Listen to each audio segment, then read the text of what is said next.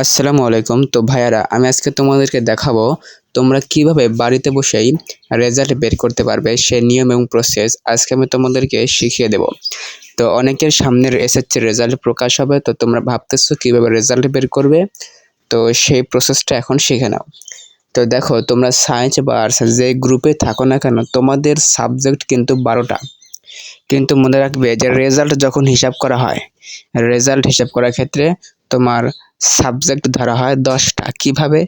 বাংলা প্রথম, বাংলা দ্বিতীয়, এই দুইটা মিলে একটা ধরা হয়, আর ইংরেজি প্রথম আর ইংরেজি দ্বিতীয় এই দুইটা মিলে একটা ধরা হয়, টোটাল 10টা।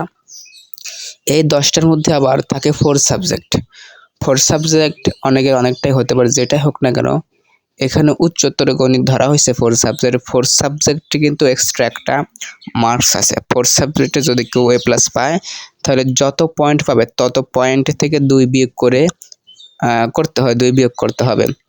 এখন কেউ যদি উচ্চতর গণিতে বা 4 সাবজেক্টে 5 পয়েন্ট পায়, 5 পয়েন্ট থেকে 2 বিয়োগ করতে হবে।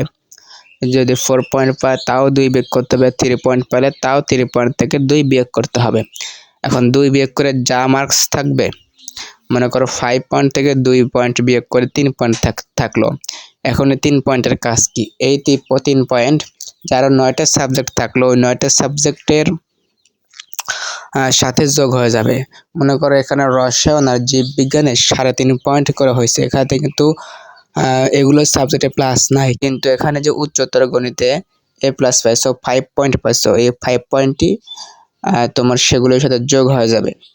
তখন এখন টোটাল তুমি 9টা সাবজেক্ট যোগ করলে 42, আর উচ্চতর গণিতের 4 সাবজেক্টের 3 যোগ করলে 45। এবং 45 ভাগ করতে হবে 9 দ্বারা, কারণ 9টা সাবজেক্ট 9 দ্বারা ভাগ করলে দেখো 5 হয়। 9 দ্বারা ভাগ করলে 5, অর্থাৎ 5 পয়েন্ট। এখন কিন্তু এ প্লাস হয়ে গেছে। তো বুঝতে পারতেছো, 2-1টা সাবজেক্টে যদি এ প্লাস নাও আসে, বাট সবগুলো সাবজেক্টে এ প্লাস আসে, আর 4 সাবজেক্টে যদি এ প্লাস আসে তাহলে ইনশাআল্লাহ এ প্লাস থাকবে। তো আশা করি তোমরা কিভাবে রেজাল্ট বের করতে হয়, রেজাল্টের ফলাফল হিসাব করতে হয়, আশা করি তোমরা খুব সুন্দর করে বুঝতে পারছো। ভিডিওটি যদি ভালো লেগে থাকে চ্যানেলটিকে সুন্দর করে সাবস্ক্রাইব করে দিও।